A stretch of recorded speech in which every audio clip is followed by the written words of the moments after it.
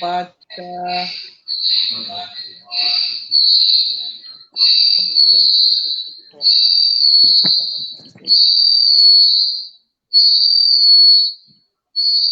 give me a minute. Let me try it setting up on Poshi. So, Okay, okay, no problem.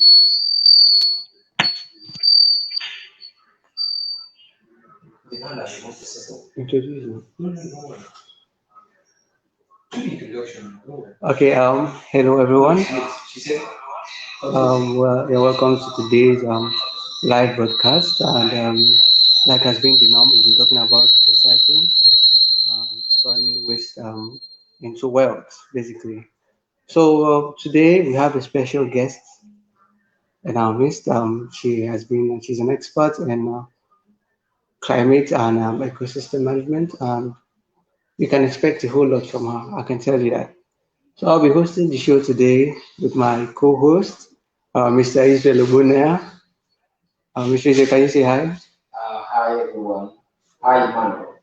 It's nice to have all of us here again today for the third day of our live stream. If you have kept with us so far, I will say a big thank you. And I also, I'm very, very glad you have been with us for so long. It also goes on to show that you must have gotten a lot of value because for me, I have. So welcome to today's broadcast. And do not forget to share. And while you are watching this, do not forget to drop your comments. Like we said, today is the grand finale. We're having a wonderful, wonderful guest. We're going to be having a whole lot of educative questions going back and forth. So you can pick a whole lot. So do not forget to drop your questions or all your confusions. Broadcast the show. You could share it on your social media platforms. Tell your friends to also share. There's a whole lot to be gained today. So if you are here now live watching, it's a big welcome from me. And also, do not forget that this program is proudly sponsored by the Without You Foundation. The Without You Foundation is proudly sponsoring the program. So welcome here once again. Welcome everyone. Thank you. Okay, thank you, Mr. Israel. Without You Foundation is a non-governmental organization which basically deals with creating and making positive impact in our society. Okay, so this is one of the programs marking the celebration of the Independence Day of our darling country, Nigeria. So as I said earlier, this broadcast has been going on for 3 days now. So just in case you missed any, go to our Facebook page at Without You Foundation, and I'm sure you won't feel left out. You will see all our previous clips there, and I'm sure you'll gain a whole lot. So while we're waiting for our distinguished guest today, I'm going to do a little introduction of her, but I know when she comes to introduce herself better. Okay, she's by name Winnie Afronelli. Winnie Afronelli. She's a popular figure. She's a quite popular figure, and best of all, she's a youth. She's a youth, a focused and determined youth who is changing the narrative with disruptive innovation. Oh yes, you had me right. Disruptive innovation. Okay, she's a journalist. She's an activist. She's a youth advocate. She's a social media manager. She's a content developer. She's a radio producer. She's a host. And best of all, she was our resource person for today. So I'm very, very sure you are going to have a whole lot to learn from her today. So what we're going to be talking about today basically is we're just going to be talking about correcting the misconception of the citizenry on proper waste management and recycling. Mr. Isha, what do you think about the topic of today? Wow, it's a beautiful topic for me, I would say. Because we had that discussion yesterday where our research specialist yesterday, was trying to point out the beauty of society to us. I believe a lot of us have been led, the misconception that recycling is a dirty mindset. The dirty man's job. So we all have been led astray with that confusion, and we grew up with that. We have been, living with that. So when the idea of recycling comes to your mind, it becomes something you need to look at twice. And also, the prospect of waste management. I had a similar experience some days back. It was raining, and then this woman just came out of the house with a bag full of, bag loaders. And the next thing was to make use of the drainage channel. You understand? She just like touched off the drain, allowing the water to flow freely with the water. And that way she had decided about this, but it was wrong.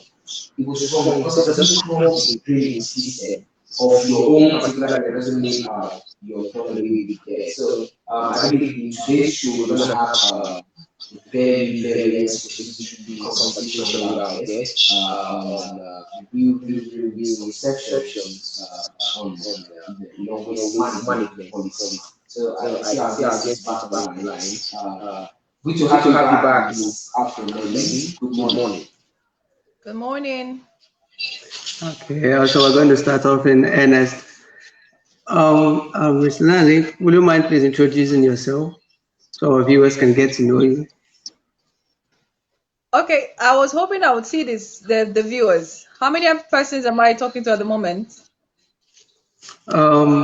Currently, I don't have the exact number of the guests, but I know they're increasing by the minute. Okay, you're streaming on Facebook or? Yeah, I'm streaming on Facebook and some other social media handles. Okay, my name is Wane Afronelli. I'm an environment activist and journalist. So basically, I coach people on environmental sustainability, climate change, and waste to wealth. Circular economy is my core, although there's a new interest now in blue economy, but we're yet to get there. Blue economy would be those in the marine sector, and I'm a graduate of aquaculture and fisheries management. So that is one area I'm now refocusing on. Thank you. Okay, thank you very much for that. But a quick one outside the box. Reading through your profile and looking at the fact that you've accomplished quite a whole lot as a youth, I was curious, as younger people that are growing up and we are hoping to achieve at least some of what you've been able to achieve so far, you've been holding a lot of key positions simultaneously. So how are you able to juggle these responsibilities and focus and still function effectively? I'm wondering what key positions, if you could highlight them. Well, for a start, you're a journalist, you're an activist, you're a youth advocate, you're a social media manager, a content developer. Like, the list just keeps increasing. Okay, so I'm just going to draw, it's a circle, okay? I'm someone who loves to research a lot. My final year project, BSc, was on, it was actually a 3-in-1 project that became a 4-in-1 project, and I totally enjoyed it. It was on the comparative evaluation of, it's just 5 years. Where's my project topic? Okay, I worked on comparative evaluation of growth rate, carcass composition, and reproductive rate of tilapia, Oreochromis niloticus. And then I had to culture, of course, using fresh aquatic weed. So I used Azolla pinnata and I had to culture it. So apart from checking for the carcass composition, growth rate, that was already 3-in-1. I had to culture the plants, and that makes it 4-in-1. And I did that in less than 4 months, maybe 3 months. I was done with the project.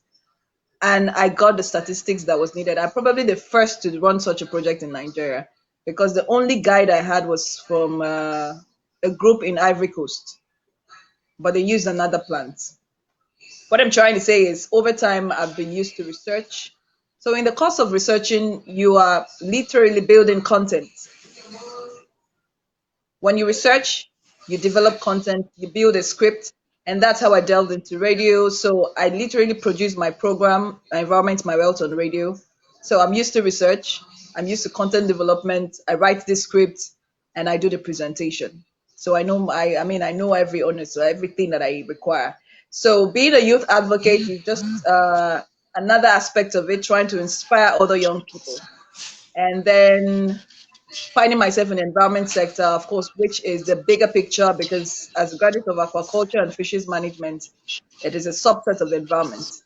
And finding plastic particles and cigarette butts in bellies of fish when we had to dissect during my school days was what actually initiated the idea to start volunteering for Ocean Conservancy in a bid to clean up every water body, every shoreline, every ocean. And so volunteering for them also gave me opportunities to occupy leadership positions, coach people, raise volunteers, and everything is all connected, really. Okay, thank you very much. I'm not going to pretend like I understood all the big names we were calling, but better still, I'm sure you understood them. Okay. So, so our basic topic for today is correcting the misconception of the citizenry on proper waste management and recycling. And from what you've told us so far, you've done quite a lot to salvage the environment from the constant degradation that it suffers on a daily basis. So before we get into the topic fully, will you mind, from your experience so far, would you mind telling us the challenges you've had towards achieving your aim? Because I believe you work to you have an aim for doing what you do. So have there been any sort of challenges so far towards achieving the aim of? There's nothing in this life you try to do that you wouldn't encounter challenges. But in the field where I find myself, the major and most irritating challenge is the mindset of the people. You have a society where people are waiting on government to give them 3 square meals a day, breakfast, lunch, dinner, and maybe the fourth one supper. So everyone is relaxed, everyone is depending on government for every single thing, including their bad habits. So someone is in a posh car, a very beautiful vehicle, and you drink water from a PET bottle. You don't want to litter your car. I mean, such a posh car should even have a trash bag in the car. And you see such a person wind down and flip the PET bottle. So you feel, okay, my car is too clean to be dirty. You're already defaulting by not having a trash collector in your vehicle. Now, a lot of people would also argue that if they litter the vehicle, it could go, in between the brake pad and all that and cause an accident. True that. That's why you need to have a trash collector inside the vehicle as a private car owner or the commercial motorists, of course, will try to donate waste bins severally, but that doesn't solve the problem. So the mindset of the people becomes a challenge. I mean, sometime BBC did a video. If you have come across that video, I was able to explain. Going to the tourist beach to do cleanups, people always ask, what is the point of the cleanup when the litters will still wash, find their way down there? Because every trash you see on land ends up in our water bodies. So I asked an elderly man why they do not, adhere to appropriate dump sites where government says go dump your refuse here and the service providers evacuate. And he said there's no point sticking to the rule because if everyone would adhere to that, then those that are employed by the government at the waste management agency may not have jobs to do. So when you have a society where the elderly, including the young people, are reasoning in that manner, then there's a problem. So we need a total overhauling of the mind, a new mindset altogether. People need to understand that they are stakeholders as individuals and that they are responsible for the environment. It is not a government, it's part of the government's duty. They have their roles, but individuals make up the people that make up the government. So we need to start from the basis. Well, strong points there. Individuals make up the people that make up the government. Well, I'm not going to forget that one anytime soon. Growing up as a child, especially in this part of the world, people tend to look at the work or maybe recycling as a dirty people's job to an extent, or maybe a job for people that don't have jobs, something that, mostly so looking at those people, most of them can be unkempt sometimes. So it's changed the narrative the individuals or the populace had towards them. So now seeing that you are putting all the efforts you are putting now into achieving a clean and sustainable environment, and you also said about the human mind.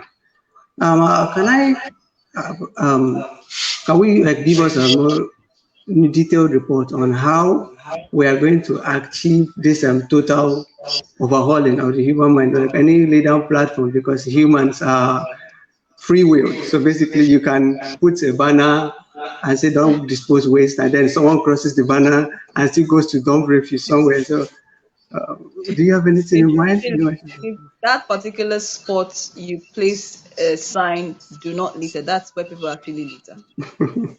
So sometimes you begin Ironically. to wonder, without the signs, they complain. With the signs, they default. So how is it the government's problem? It's just like tomorrow's independence. I keep telling people one way you can. People say, "What has this government done for me? What has government done for me?" Every single person is asking that question. I think people need to come to a point where they ask themselves, "What have I done for my country? What have I done for my state?" It's very simple. If you stop littering, I stop littering, every other person stops littering. One, we're going to cut down on the sweepers that the government would have to employ, and they'll channel the funds elsewhere. We're also going to cut down on the extra budget that the government will have to incur evacuating trash in unappropriate places where they have not asked people, but they just turn it to a dump site. Because if the government budgets, say 500 million, for example, in River State, and they're supposed to evacuate 500 dump sites, and then people create extra 100 dump sites, that's going to cost extra money. So, adhering to the rules and regulations, many people also are waiting for tax force to chase them around like animals. We are human beings. Let's behave like Homo sapiens. We're not Homo habilis. So you are waiting until there's a tax force chasing you for littering before you apply common sense. That's what I try to tell people, that it's just common sense. If you have common sense, you wouldn't litter. And it's that basic. If we can stop littering, because 1 liter is what emanates into a dump site.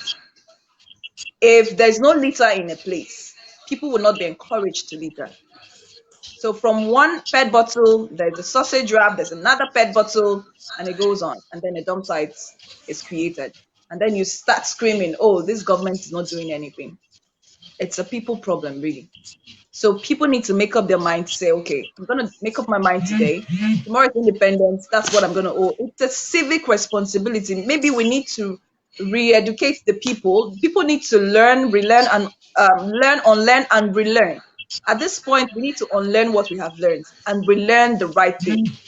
Because civic duties, it's something that is not taught, and it's something people don't understand. That as a citizen of a country, you owe it to your nation to participate in community development projects. That includes cleanup exercises. You don't wait on the government for everything, and that's the problem.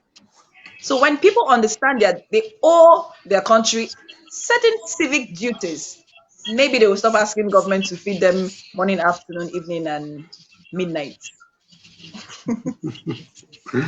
Okay, so it's a well-known fact that in some parts of the Western world, they are not really having most of these trash or waste problems we have in some parts of Africa. So are you? So is it really a people problem? What's the difference between those people in the Western world and we Africans that makes us always wait for the government to chase us to dump refuge or wait for the tax force? Or, It's like the in Africa, mindset. generally. That's it. It's the mindset of the people. Now, some people would also give the excuse of government not being proactive with setting up task force to actually implement the laws and guidelines. But then you ask yourself, when you're hungry, who reminds you to eat? You look for food and eat. When you're thirsty, you look for water to drink. So why would someone remind you do not litter? It sounds lame that you need a reminder. And people say, oh, environmental education should be continuous. It's okay, no doubt.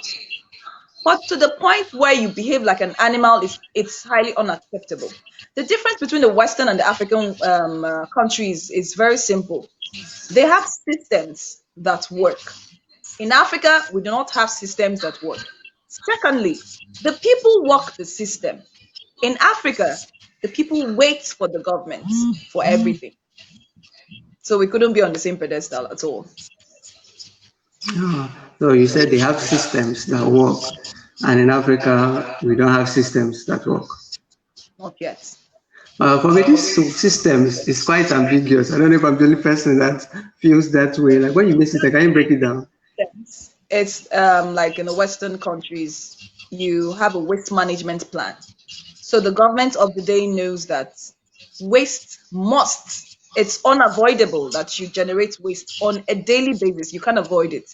No matter how careful you are to use reusable containers, you will generate waste. If it's not recyclable waste, it's going to be hazardous waste, it's going to be chemical waste, it's going to be um, organic waste, kitchen, perishables. So whatever you do, you must generate waste. Now, the Western world understands that because this is a daily challenge, they put in efforts. Systems working means setting up a structure from appropriating designated points for people to discard their waste. The people helping the system also is understanding that they need to bag their waste. They need to also segregate their waste.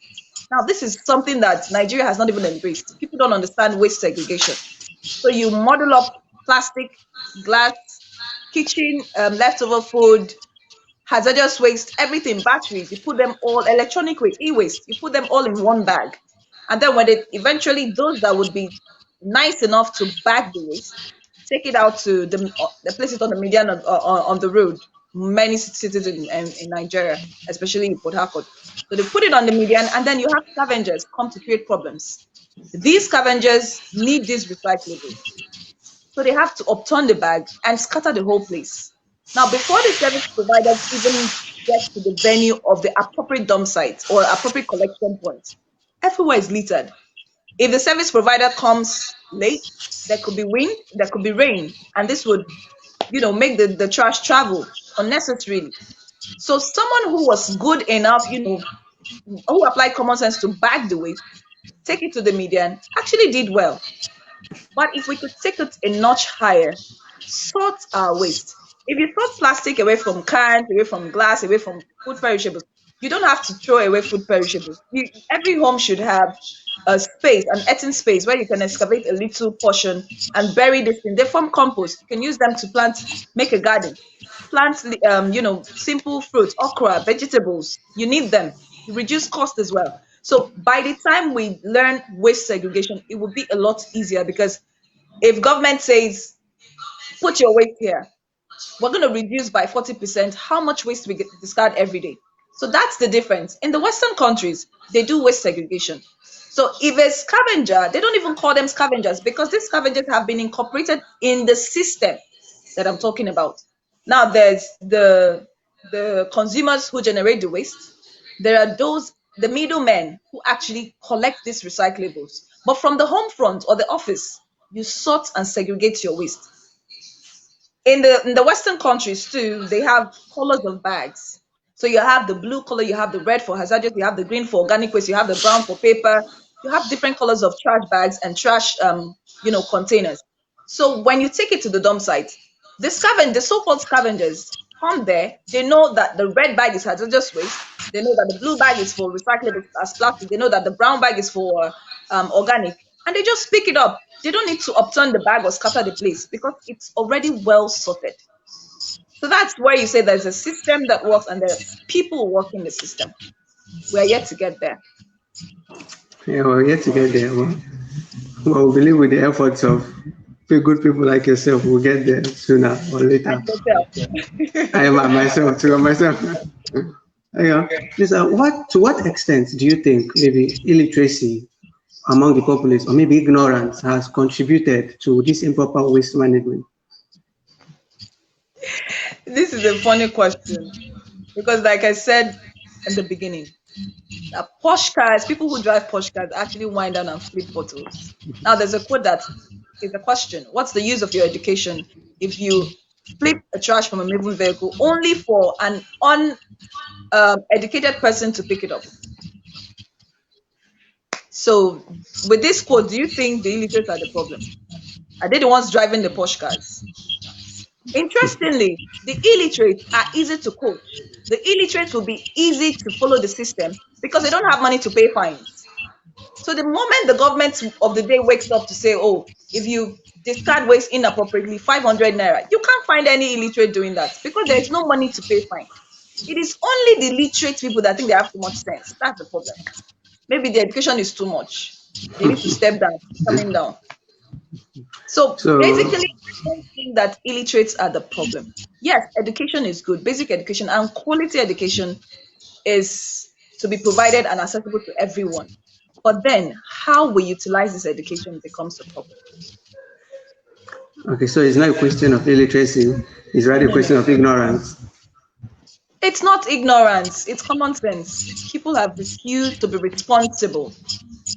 People have just refused to be responsible. That's it. Wow, Okay. responsibility.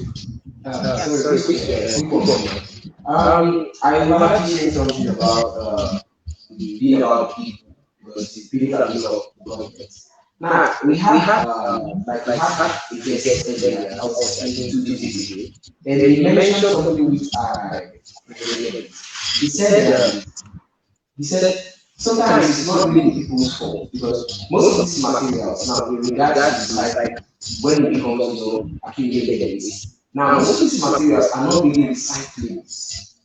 For instance, he was giving examples to this thin film of nylon which we used to wrap gari, fufu, and all that. So he was like, most of these materials are being manufactured, but then not like they cannot be recycled, but the plants for recycling are not really available within our reach here. So isn't it supposed to be like in the power of the government to putting policies that only allow materials that can be recycled according to our power, our minds, and our availability of resources? Isn't it in their power to actually make policies to only allow these materials either come in or even the ones that are being manufactured today, manufactured? Okay. I hope I get your question. You're saying that not every plastic, for example, is recyclable. Yeah. You were Yeah, talking yeah, about nylon bags they used to wrap food. yes. Yes, that's true. Like There are most of certain these materials that constitute waste, yes, most of them are not really recyclable. not every plastic type is recyclable indeed. That person is correct. Now, when it comes to the parts of corporate bodies or industries that manufacture these plastic materials, they have a role to play, and the government also has a role for enforcement. There's something called end user responsibility. There's corporate social responsibility. There's polluter pay principle. Now, for every firm that produces such a thing, including bottling companies, there is a budget, a percentage of their annual budget that is dedicated to um, end use products recovery. It means if you drink Coke, for example, Coca Cola is responsible to collect those bottles back. They're supposed to recover it from the environment. But today, they divert the funds. They don't do that. Now, that's where the government comes in to enforce and ensure that such companies that have been given the license to operate carry out their duties to the latter. Every bottling company, as part of their um, guidelines for registration and operation, is meant to recover these bottles.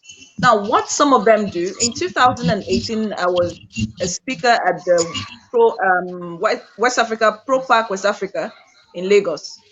Coca-Cola admitted that in certain cities, and people confirmed it, in certain cities in Lagos, you don't find their bottles around. That's because they have judiciously put to use that percentage that is responsible for recovery of their end use products. So they engage scavengers to go to those areas and ensure that none of their bottles are found either in the gutters or on the streets. It is the responsibility of the companies. But then where the government is not active with enforcement, they behave the way they like. And so even when you approach some of these companies, the same Coca-Cola in Port Harcourt, I have approached them severally. They haven't done anything. In other parts of Lagos, for example, apart from the cities they cited, there are still Coca-Cola bottles.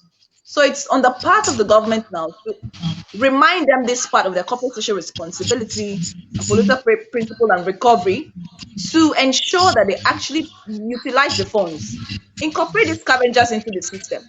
And that's where I always refer to system working. The corporate bodies have a role to play. If you think that you can't employ people, you can put people on wages. As they return it, you pay them. But we don't find that happening, and that nobody is following up. But this is a law. I think it's a law in the production sector. It is a law, but not every company is adhering to that. So again, one way we can avoid such is quit plastic. I mean, ditch the plastic use. Use reusable water bottles made from aluminium. Use drink canned drinks. Yes, you may not get canned water, but then take your reusable water, put water inside, and from home or from sewer or something. If we can reduce, because Coca-Cola also argued that they cannot stop producing in PET bottles because the customer's demand is still there. So it's the will of the people now. If we ditch plastic, especially one-time use plastic, which is a polyethylene terephthalate, if we can ditch PET bottles, these companies would run out of. I mean, nobody's buying it. If you opt for can, I opt for can, and nobody's patronizing the bottle drinks, they'll stop using them. They'll stop producing them rather. So it still boils down to the people. What do we want? Okay, thank you very much. Thank you so much. Because it has been an issue that has been bothering me for a very long time now. Getting to grow up in an environment where you turn around and there's piles of waste everywhere, and you're always asking if something can be done about it. So, on the part of the scavengers, I really think they're doing a good job. I really don't want to call them scavengers because I knew them early. They are scavengers, but while growing up, I had to understand that this was actually the side of the things they're doing. So, I wanted to ask you, as an environmental activist, is there like a plan or a policy where we can actually integrate this people like work hand in hand with them to make sure the environment, in the act of proper waste management from them, we can actually get the environment. Is there like a policy or a plan in place? What do you think about that? I'm trying to pick your words. Emmanuel, if you don't mind, could you ask the question again? I think his own line is breaking. Yours will be clearer. Okay, I did not get the question totally, but I'm sure when the line gets better, you will answer. So then I have a question of my own. Let's deal I with him mean, first. okay, I'm not sure I got this question fully. His line Okay, was you not. can't hear me. You can't hear me Okay. very well. His part is clearer, but yours there's some echo, so I can't pick the words. Okay, okay. I was asking if there's a plan in place to, like, maybe as an environmental activist, if you have a plan in place to actually incorporate these scavengers, for a cleaner environment. You mean on the part of the government? Yes, yes, yes. I'm not the government, I don't know. But I have my own plans, and that's why I always say it's a people problem. I have discovered this problem, and usually when I discover problems, I don't just complain. I take action. That's the difference between Afronelli and every other youth. I don't just talk about it. Now we have identified that particular problem. So that's why we keep engaging people and letting them know the importance of waste segregation. At the long run, if the funding we're expecting should come, I think my team, my environment, my world, we should be able to get these people gainfully employed, put them on a stable wage or salary. It may be small, but would have them dressed properly and actually go collect, because you have to do the sensitization first. So we intend to choose a particular location, do the sensitization, and get people to get involved with waste segregation, and then we employ these so-called scavengers. Most of them to be graduates. They dress properly, go to the houses, and collect these items. So it's a job. It's waste business is a good business, really. It's not dirty. It depends on the personality and the person doing it. If I dress up and with my makeup go to houses to collect trash, would you know what I'm doing? I just put it in my truck and I'm driving around. That's what most young people are doing these days. So it's not dirty. Yes, waste is dirty, but it's good business. So at our own level, as a small group, we have a plan in place to incorporate the people. On the part of the government, I couldn't tell. Thank you very, very much, man. We really like to, get to work with them too because I think since they have this experience, it should be way, way better. It should be way, way better for us. So, I think my colleague, before he returns on board, I think he has a question for you. But before he comes, I have a quick question for you. Okay. Getting to learn about the environment is a very good thing. It's a very good thing. And seeing that we're going to be celebrating our 60 years anniversary in a few hours, if I may say, do you believe, and this is even talking about that we actually get to where these developed countries are in terms of proper waste management? Your voice is, I didn't get the question. I didn't. Is there a way to type or something? Maybe put it on the chat button. I think Yeah, there's a chat. I'll correct it. I'll correct it in a minute. I'll correct it in a minute. Yeah, so maybe that would work. Yeah, so Emmanuel, you Okay. had a question. Yeah, I have a question. I am particularly worried about the fact that solid and liquid waste are taking the spotlight, and then non non-biodegradable materials. Example, the nylon bags you talked about, that Hmm. cannot really decay when buried. Now, some people now resort to burning or incineration. And now, when they Mm. burn these items or stuff, they produce gaseous waste, which for me is even more dangerous to the human than the solid or liquid waste. So, what plans do you have in place? You have been working with environment for a very, very long time, and I'm sure these kind of problems are not new to you. But for some of us, that is actually bothering or is a source of worry to us, the circulation of gaseous waste around our environment. What plans are in place? Because the scavengers can't collect gaseous waste. So, what plans are in place? What are you going to do to ease our worries about the circulation of this gaseous waste in the environment? You mean from incineration, yeah? Yeah. Okay. Your questions are actually for government people, but I'll still answer them. Okay? Because one time we went to Bodo in Ogoniland, where you have the Ogoni cleanup ongoing now. We went there for trash cleanup, solid waste. And we found a large heap of trash, PET bottles, cans, and nylon. And we got to understand that three companies, including Shell, had done an initial cleanup of Bordeaux City. And so they put it by the riverbank. Now, from inquiries during we tried to do some cleanup, we discovered that apart from oil spill, trash was a problem. And then we asked questions why they left it there. They said they were going to burn them. And we said, no, you can't be burning because and that would increase the black soot we're complaining about. There are decent ways to evacuate this trash. So basically, we started educating people to start using PET bottles, pending when we have alternatives. This is the model of the building we have ongoing. When it's completed, everything will be PET bottles. We have another one at Eleme. It's a library we're setting up with PET bottles.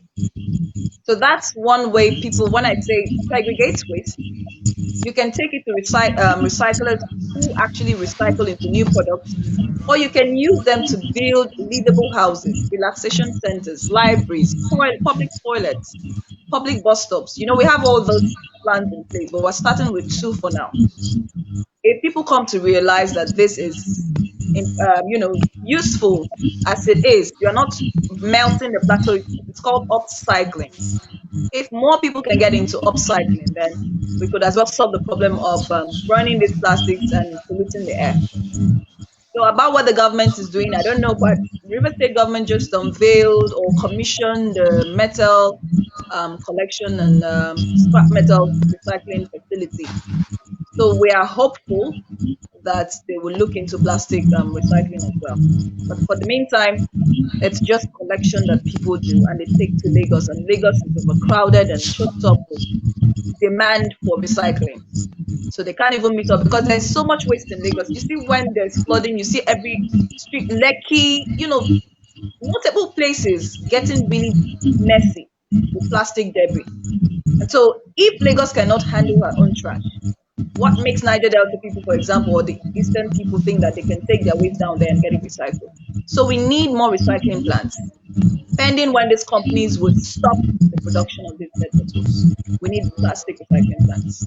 So in the meantime, since there's none in our location and in the neighboring states, we decided to delve into upcycling. But by all means, the problem will be solved. It's just going to take a while. Okay, okay. Thank you very much for the answer. Like when there's a particular phrase you use that got to my curiosity. As a citizen of Nigeria and somebody that has been particularly been to River State on some certain occasions, and somebody that has a phone that can access the internet at any time, I I have been grateful. What you were saying something? No, I'm listening. Okay, so I've been an admirer of your work so far in River State. I've been following the progress so far, and then when beautiful initiatives like this come up, and we know the system, as you call it, has been lacking in meeting up to their responsibilities concerning waste management. Now, these beautiful initiatives now, what can be done for it to get to other parts of the country that is facing this kind of problems too? Mm. Well, what you're doing, it's very simple. We need more youth in the system. We need more youth to drive the idea, to drive the change that we require. People should not just sit and complain or talk. Talk is cheap. It is action that costs a lot of money. I mean, when I tell people that I've spent over 5 million naira in my advocacy, they don't believe it. But then I don't have funding. So give or take every year, put together what I spend on a daily basis, on a monthly basis. I have my programs on radio stations for the past 5 years. I don't get paid. I just volunteer. So I put in my funds. How I get it, actually, I don't know. So we just need more young people to drive the vision. We know it's a problem. There's no point complaining. Carve a niche for yourself. If you're going to be, I mean, there are people who are as innovative as using tires now to make furnitures. Although I advise it is used outdoors because if anything should happen, you have tire furniture indoors, the fire would be disastrous. It would hurt a lot of people. So I advise people use this in open places. A typical example is a fire incident we had in 2018 in Port Harcourt at my one flyover where they have a tire dump, which I think is unreasonable for the government because that's like the heart of that particular vicinity. It's a market, it's a residential, it's there are offices around there, so it's in the middle of everything, and you turn it to a tire dump. It's still a tire dump today. When the fire erupted, it took government plus Shell plus Agip, people donating their fire service facilities over 6 weeks. This fire did not stop. So imagine you have two furnitures made from tires in your living room. Before you say Jack, you are gone because Nigeria doesn't have the extinguisher to put out fire from tires. That's how dangerous it is. So as much as we get creative, let's be reasonable and let's apply common sense. So yes, there are people who use this to make furniture and it's cool for gardens, like I said, and outdoors, or maybe office open spaces. And then again, there are people who use it to culture algae, for practical, whatever. You can use this plastic, you just upcycle them like we are using them to make build houses. You can also use these PET bottles to make furnitures.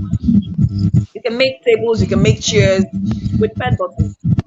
So it's for young people to come up with innovative ideas, either upcycling or you also delve into recycling. That's the only way because if we wait on the government, they have lived their youth. That's the truth. We have a lot of old people in government. So we need the young ones to come up. But one way we can come up is to be innovative. There are problems that need to be solved. Find a way to solve them. So that's the way it's going to spread, really. Yeah, Wow, really. wow, good. And so I don't know if you could hear me now, but I have a question. Can you hear me now? Yes, Ma? I can hear you. Okay, okay. So you mentioned something about the mindset of people being the problem in this misconception of waste management, and I'd wanted to Okay. ask: is it that we focus on the sensitization of these people, or that we build more recycling factories? Like, if we were to face one, which would be more effective in actually managing waste properly? You couldn't face one without the other. You couldn't build recycling factories. You would need people to understand why you are building recycling factories. So the basic thing to do first is sensitization. People need to understand and even practice waste segregation with or without a recycling facility, because there are people who collect them and transport them. They buy them. So first things first is the sensitization. People need to understand. I talk to people about plastics, especially PET bottles. Maybe I should just give an highlight. The PET bottle, plastic number one, is polyethylene terephthalate. It's very dangerous. That's why it's referred to otherwise as one-time use plastic. The moment you open a PET bottle and the substance in it interacts with atmospheric oxygen, there is an unusual reaction.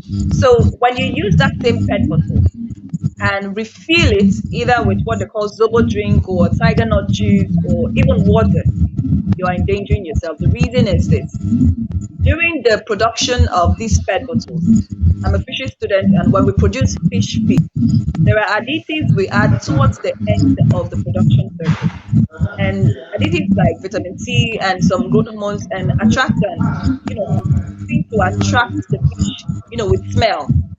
They, we add it at the end of the feed production so that it doesn't get swallowed up in the pelletizing process. So when you drop this feed, it is that smell, it is those additives that attract the fish. Now it's the same process when they produce. By the way, PET bottles are most plastics. 90% of plastics are made from crude oil. Many people don't know. That's why when you burn plastic, the air is different. It's actually food you're burning. Then when you get to ingest it, it's like drinking crude oil too. So here's the thing: when they produce this plastic bottle, just a little bit of crude oil portion can be blown up into several bottles. And that's why everybody is delving into it, because it's good business for them. They're not looking at the environmental impact or the social impact. They're just after the profits. So when they produce these bottles, towards the end, they add additives. And these additives help to give the bottle shape. It helps to give the bottle form and stability, and makes it more durable.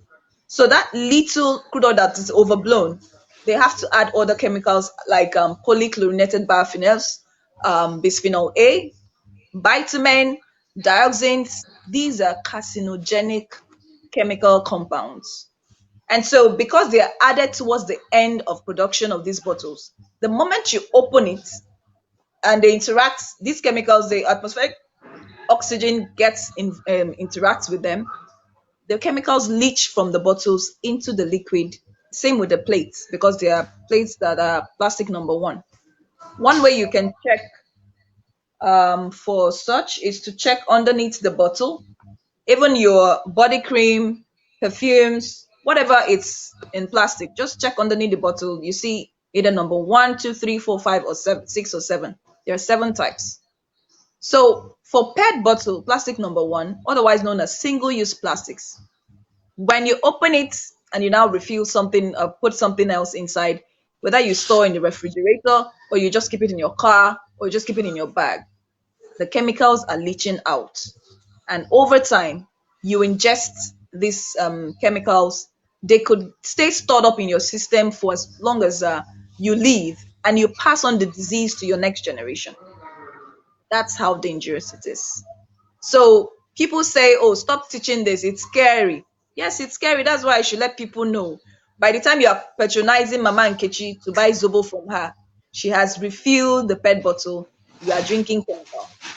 Another reason is these bottles are not even healthy. Some go to hospitals where people use them to, pass urine or something. These persons could be infected. The bottle retains the disease. You put Zobo, some people say they wash it. How far? It's not every chemical that can be killed with leather, with soap. or with heat. Some of them thrive even in the hottest atmosphere, the hottest temperature. So to be on the safer side, the moment you open a PET bottle, you are meant to recycle it, not reuse it. It's not a reusable bottle. So yes, I thought I should. Thank you very much, man. Thank you very much, man.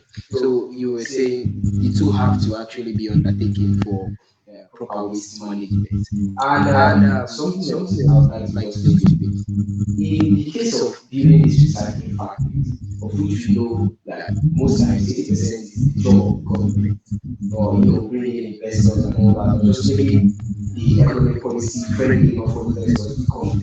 Now, Now, we we cannot cannot, really, that that leaves leaves us us only only with with sensitization sensitization of of the the users, the users, the consumers. consumers. So, So, don't you don't you think think it's it's the the job job of of the the manufacturers, manufacturers, just just like like PET pet bottles bottles now now you you mentioned? mentioned? Don't Don't you you think think it's it's the the job job of of the the manufacturers to manufacturers to actually actually bring bring some some sort sort of of enlightenment concerning this, uh, like the the hazards hazards of of using using these these products? products?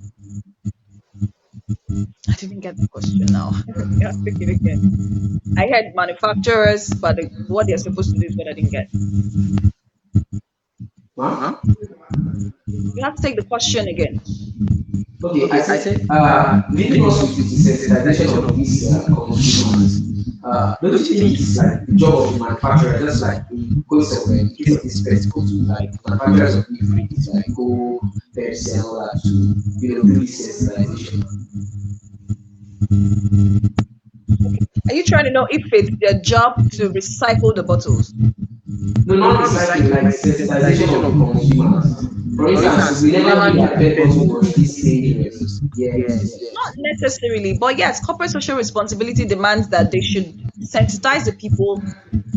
You can only have now, these companies do not allocate, they don't use the allocated funds for recovery. That's the consumer and use recovery to recover this product. They don't use it.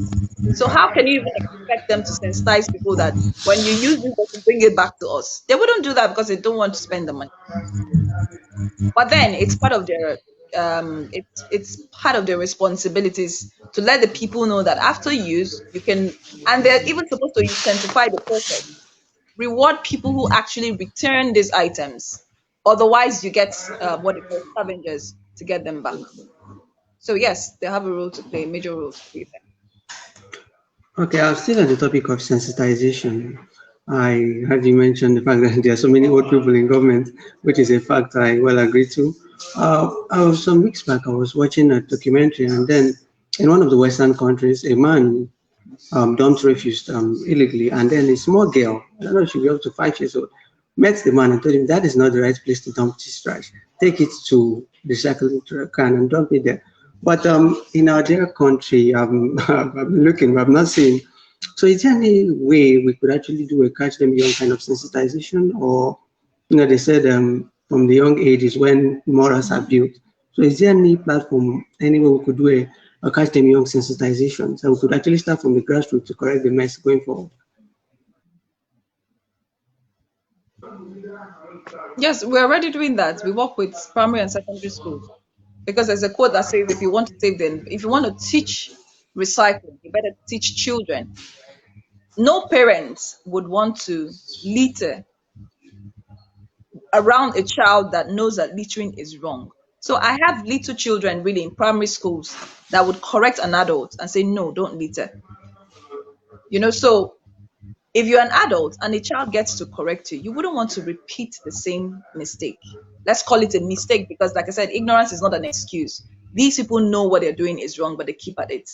And that's because there's no enforcement. There's nobody chasing them around like animals, but we don't need all of those. So, yes, getting them early, teaching the young people early and teaching them what to do would go a long way. There's another quote that also says if you want to protect the environment, you have to teach children.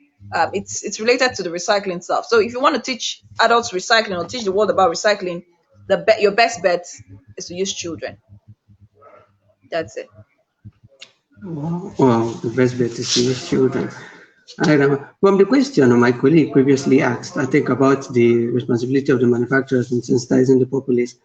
It's a common fact that when you buy a cigarette, you see on the pack, smokers are liable to die young. I think it's some parts of the cigarette or tobacco, and stuff. But on this pen bottles, as you call them.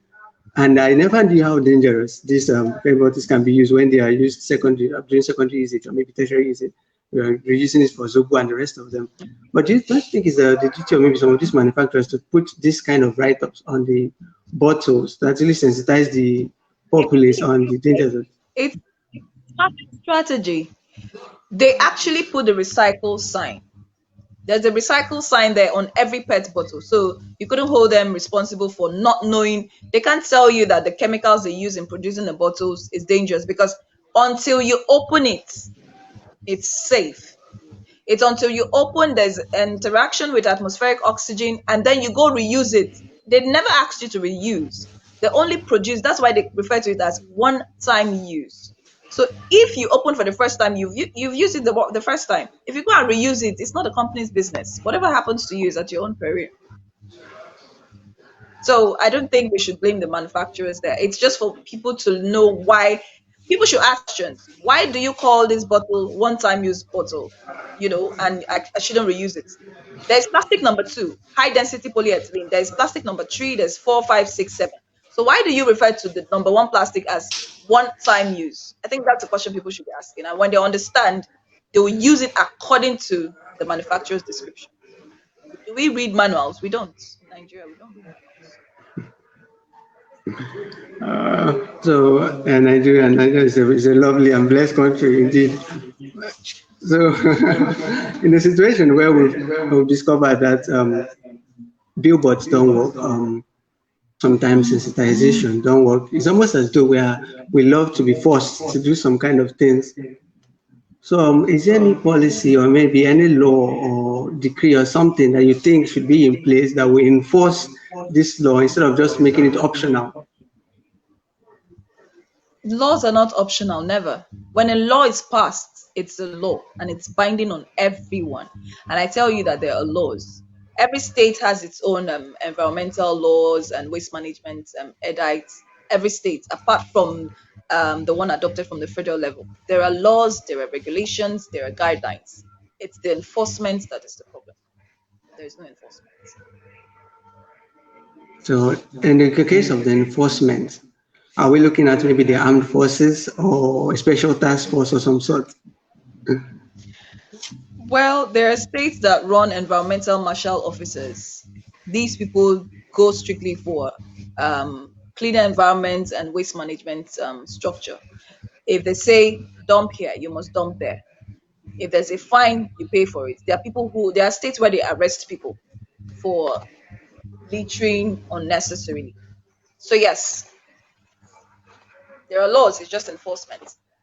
You have to give me a minute. So, Mr. Israel, what has been your thoughts so far on conversation? That's been It's been really, really, really, really nice. glad to see Glad that to see that what we expected, we got, nothing short of that. Even it even exceeded our expectations. She really has, experience over a wide range, And I love the and I fact love that the she fact that always she blame it is on always blaming it's it on always a people. people's It's problem. always a people's It's not problem. the government's It's not problem. the Even government's about the problem. Even about the sensitization, it's not the government's problem. it's just It's just the problem of the the problem people. of the So I people. So I believe believe if we if we can can get get it it right as right as people, then people, then definitely definitely we we will definitely definitely get get better better results in results in terms of terms of waste waste management. management. So So it's been nice it's having been her nice here having her here today. today. It's been very, It's been very very, nice. very It's been nice. It's nice been nice having you having all you here all here today. today. I I hope hope everyone has everyone learned has learned a thing a or thing or two. two. She has really She has spoken really well. spoken well. And while And we go while home, we do go not home, do not forget, forget, do that not forget it that is a a people's people's problem. problem. Improper Improper waste waste management management is a is a people's people's problem. problem. Do not Do not forget. forget. So, So, Mr. Mr. Emmanuel, Emmanuel, Mr. Emmanuel, I know you Mr. had Emmanuel, a I know lottery of you time. had a lottery of time. Okay, I think she's back on. Okay. My apologies. I have a flight to catch, so I need to Okay, run. no problem. Okay, no problem. No problem. We're just We were just, reminiscing. We're reminiscing. We were just just, running over running all over we've all had we've had today, and today, it's and it's been been very, very, very, very, very, very, very very educative. I educative. I love the love the fact, just fact, like I just was like I telling was you telling just him now. I just now. love I the love the fact fact that that we we made made it it a a people's people's problem. problem. It's not the It's not the government's government's problem. problem. So So I've I've always always thought thought about it. about it. Soon as we Soon start as stop blaming we the stop government, blaming the we government, start to we get start to things get right. things We right. start to We get start to things get right. things That's what right. I've That's what noticed I've from the noticed from the Western world. Western world. They They do do less less blaming the blaming the government government and and more more blaming blaming people. people. So So I think it's actually very, very nice. Mr. Emmanuel, over to you, sir. Okay, there are some initiatives that are being put in place by some organizations, a Clean Up Nigeria initiatives. I know of one organization that wants to use it to mark the Independence Day, Clean Up Nigeria. So where do you suggest that the focus of this event should be? Should it just be packing the litters or the wastes from the roadside and going to dispose them somewhere else that it will cause a bigger problem? Well, I think before any cleanup is done, people should be sensitized. And then if you're going to do a cleanup in a community, let the people be part of the cleanup. The reason is when they see the obvious difference from a garbage full location to a garbage free location, they would want the latter. So even in your absence, they can inspire themselves or be reminded to do the same, whether you are there or not. And they even stop whatever generates so much waste. But just going to a place and doing the cleanup, you leave, a lot of us do it for social media, advertorials and publicity. It just ends there. The people were not part of the cleanup. The people do not understand the reasons for the cleanup. They don't even understand that you are helping them and you have to come all the way. So the problem remains. You just go there, take your pictures, basically. So what I do is, since I've been volunteering for the Ocean Conservancy, they actually use the amount of trash in a particular location. The data is very important to them. They use it to make informed opinions and recommendations to the United Nations. So they could say, for example, um, in Nigeria, uh, plastic pollution seems to be a problem because from all of the data that we submit from Nigeria, plastic tops the list of pollutants and trash. Another country could be glass, another country could be aluminium. Okay, so that's why it's important that you take cognizance of what you're doing. Don't just do it for the fun of it. So with Ocean Conservancy, that's why I advise you to we use these trash data cards to enter the types of trash. You see here, there are different types of trash from cigarette butts, food wrappers, everything is listed here. So we submit this data, and for the past 34 years, they've been using it to make recommendations and to make policies globally. So that's why I advise people to join the My Trash Challenge we're running. You can do it anywhere. Download the CleanSwell app. This is what it looks like. And you should be able to, if you have it on your phone, wherever you are, even if you're in a rural community where there's no internet, it works without data. So after download, when you come out to internet-enabled area, the results get published to the Ocean Conservancy US. So that's a way they're trying to monitor types of trash. That's one aspect. But then again, just running cleanups and not letting the people know the essence of the cleanup, it's like wasted time, wasted effort. So you need to get the people involved. You need to sense, that's the basis for sensitization, basically.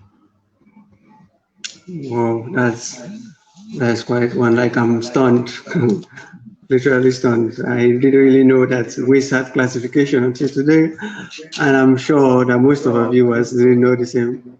Because I've been guilty of some of this. When you pack the electronic waste and then you pack the degradable waste in one bag and then you dispose them and then it's dumped by the side of the road.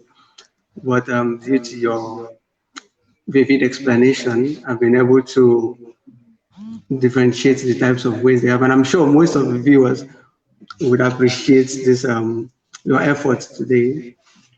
And I want to once again say thank you very much for being a guest on our show today.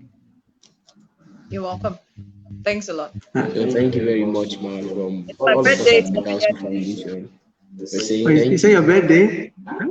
It's my birthday souvenir to you because I'm supposed to be planning a party, but I'm here. Oh, maybe Mr. Isha, why do you think? Let's give her a little birthday song. What do you think? It's true. We're supposed to officially wish you a happy birthday, but so I think it's in place to actually wish you a happy birthday. That you keep breaking barriers. You keep on enlightening people and getting the fruits of your labor. As much as you go on to bring good tidings to people, may you also never lack good tidings. And just keep winning, keep winning. I tell you, we're a big fan of your work. We're supporting you. We're rooting for you everywhere, whatever you're doing. So thank you very much, ma. I tell you, I've been really, all you did here from the littlest of explanation has been an eye opener to each and every one of us. And I trust that our viewers had the same reaction too. So, for instance, the waste segregation technique and the PET bottle and all that. So, there's just, it goes on to tell us that there's so much that we have to learn. But it was a nice one here today. Once again, happy birthday, man. Thank you very, very much. Very And before my own birthday remarks, which can be rather lengthy, please, do you have do you have any advice for the populace or for the youth, or any closing remarks, something to give the well, audience? very simple. I always reiterate and remind people that environmental hazards are not just the government problem, but the people problem. Now, one way you can solve environmental problems as an individual is to make up your mind and take that decision to not litter. It's like I tell people, activate the office of the citizen, which is the number one office in any country. The office of the citizen is more important than the office of the government, the president, the senators, the ministers, the governors. As a citizen, you are more important than all of these people because theirs is just for a period of time. They are meant to serve you according to your specifications, but people don't understand this. And then again, my message to the youth is very simple: in volunteerism, you find treasures. Because one of my quotes I tell young people is that volunteerism is an easy way to build capacity without restrictions. I have learned so much. I have met with a lot of people. I've been able to organize huge projects successfully because I am volunteering. If I had to get paid, I probably wouldn't achieve so much in a shortest time. Yes. Well, thank you very much for that. Happy Diwali to all of you, and I hope you actually run your cleanup tomorrow. And I'd advise you use the CleanSwell app. I can't. It's a short notice, but when you are done, there's a certificate from Ocean Conservancy that I could actually send across to you. Just let me have the names of the participants, and we'll see how we send that across to you in Abia State. Okay, ma. So before my own birthday wishes, I would sincerely like to appreciate you on behalf of the I have to run. president of Without You Foundation, Mr. Okay. Joshua Simeon, who is unavoidably absent because he had an urgent assignment to carry on. So I just appreciate you on his behalf.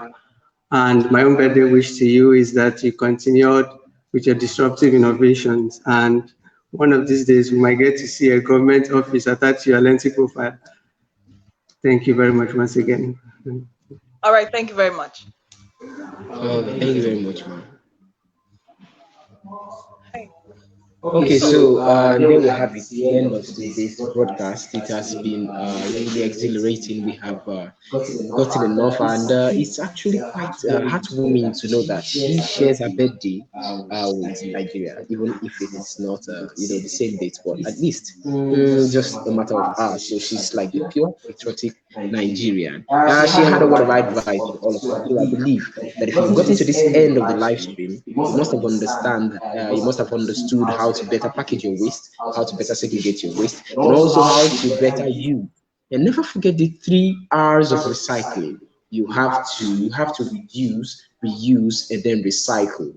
You have to reduce, reuse, and recycle. We only have this world to stay. We don't have anywhere else. So if it's all starts with dirt, we all have to live in dirt. So I believe all of us have gotten value. Mr. Emmanuel, you have gotten value too, I believe. And every one of us too. So the all of us at the Without You Foundation, it's a big goodbye. And also ensure, do not forget, because this program is being brought to you by the Without You Foundation. Also remember to follow. We have presence in our every social media platform you can think of.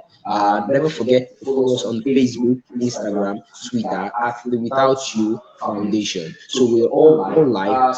So you can continue getting updates like this. We are, like I said in the beginning, we're all about enlightenment, empowerment of both youths, less privileged, the downtrodden, and just anybody that needs help. So from me here, this is my closing remark. Do not forget to keep your environment clean. And as you go out tomorrow to celebrate Nigeria's independence, look for a way to affect somebody. So Mr. Emmanuel, over to you. Yeah, to also remark, what I got from it was there is treasure in volunteering. So talking about the treasures in volunteering, just in case you're around Umuahia or in Abia State, we are having a Clean Up Nigeria program, Clean Up Abia State program, where we get to sensitize the populace on the disadvantages of not properly disposing of your waste. So this program will be held live, and if you are around the Umuahia area or the Abia State area, like I mentioned earlier, do well to come out to the areas. We post them on our Facebook pages. You want to follow us there, and then you come out and then contribute your quota. Instead of just staying at home to celebrate Independence Day, come out and actually do something for your nation instead of always asking for what your nation will do for you. So I consider it an honor that she decided to spend her birthday with us, Miss Aisha. You forgot to bring the cake though. So once again, thank you very much for joining us for this program. Remember the grand finale is today, tomorrow rather, Clean Up Nigeria, Clean Up Abia State. And just in case you've not been part of our online Clean Up Nigeria challenge, do well to take a picture of yourself cleaning up your environment. There's nothing to be shy or there's nothing to be afraid of. Cleaning up is what we do every day for us to be able to live healthy. So if you've not done that, just take a picture of yourself cleaning up environment and post it on any social media platform with the hashtag Clean Up Nigeria, and we'll do well to see it. Thank you very much. And once again, from me and Mr. Israel, I want to say, Vic, thank you for streaming in. God bless you. God bless you.